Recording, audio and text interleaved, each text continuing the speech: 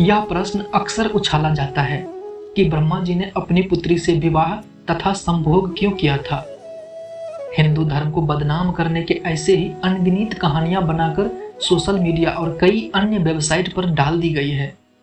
इन कहानियों का सिर्फ एक ही उद्देश्य है कि किसी तरह हिंदू धर्म को नीचा दिखाया जाए, जबकि सच्चाई ये है कि ब्रह्मा जी की कोई पुत्री थी ही नहीं और ना ही उन्होंने कभी शादी की थी। जिन पुराणों को लेकर यह बात कही जाती है कि ब्रह्मा जी ने अपनी पुत्री से विवाह की थी, वो भी गलत है। ऐसे में सरस्वती पुराण का नाम लिया जाता है, जबकि ऐसा कोई पुराण नहीं है। दूसरा, मत्स्य पुराण और शिव पुराण के श्लोकों को लेकर भी यह बात बताया जाता है, लेकिन इन दोनों पुराण में भी ऐसा कुछ नहीं लिखा है। पुराणों के श्लोक संस्कृत में होते हैं और उनका गलत अनुवाद करके पेश किया जाता है। दुर्भाग्यवश कई किताबों में भी यही सब छाप दिया गया है। आइए जानते हैं हर जगह प्रचलित इन कथन में कितनी सच्चाई है। क्या ब्रह्मा ने अपनी पुत्री से विवाह की थी? नहीं, ब्रह्मा जी ने अपनी पुत्री से विवाह नहीं की थी। ब्रह्मा जी सृष्टि के रचयिता है। उन्होंने ही पूरी सृष्टि का निर्माण किया है। अब सृष्टि का निर्माण करने का अर्थ अपने पेट से सृष्टि पैदा करना नहीं होता। ब्रह्मा जी मनु का निर्माण किया और फिर उसका साथ देने और पृथ्वी पर मानव जीवन को आगे बढ़ाने के लिए शतरूपा का निर्माण किया। ध्यान दीजिए, निर्माण किया, ना कि किसी से शादी करके पैदा किया। मनु और शतरूपा की संतान से ही आगे चलकर पृथ्वी पर मनुष्य का जीवन आगे बढ़ा। मनु और शतरूपा ब्रह्मा जी का निर्माण थे, ना कि पुत्र और पुत्री। इनका निर्माण पृथ्वी को बसाने के लिए किया गया था। बहुत से लोग शतरूपा को ही सरस्वती बोलते हैं। सारी गलतफहमी यही होती है और अधर्मी लोग इसी बात को बोलते हैं कि शतरूपा ब्रह्मा जी की बेटी थी, जबकि वो ब्रह्मा जी का निर्माण थी, बेटी नहीं। दूसरी सबसे महत्वपूर्ण बात यह है कि ब्रह्मा जी का विवाह ही नहीं हुआ था, तो पुत्री कैसे पैदा होगी?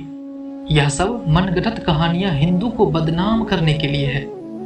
जिस तरह से बाइबल में लिखा है कि एडम नाम के मनुष्य की परमेश्वर ने रचना की और कुरान के अनुसार आदम पहला मनुष्य था जिसकी रचना अल्लाह ने की थी।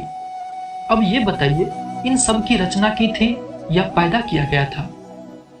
इसी तरह ब्रह्मा जी ने रचना की थी, ना कि पैदा किया।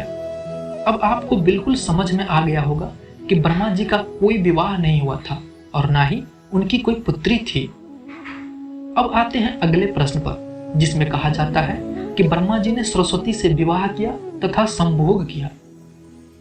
हमारे वेदों को ब्रह्मा और उसमें लिखे ज्ञान को सरस्वती कहा जाता है।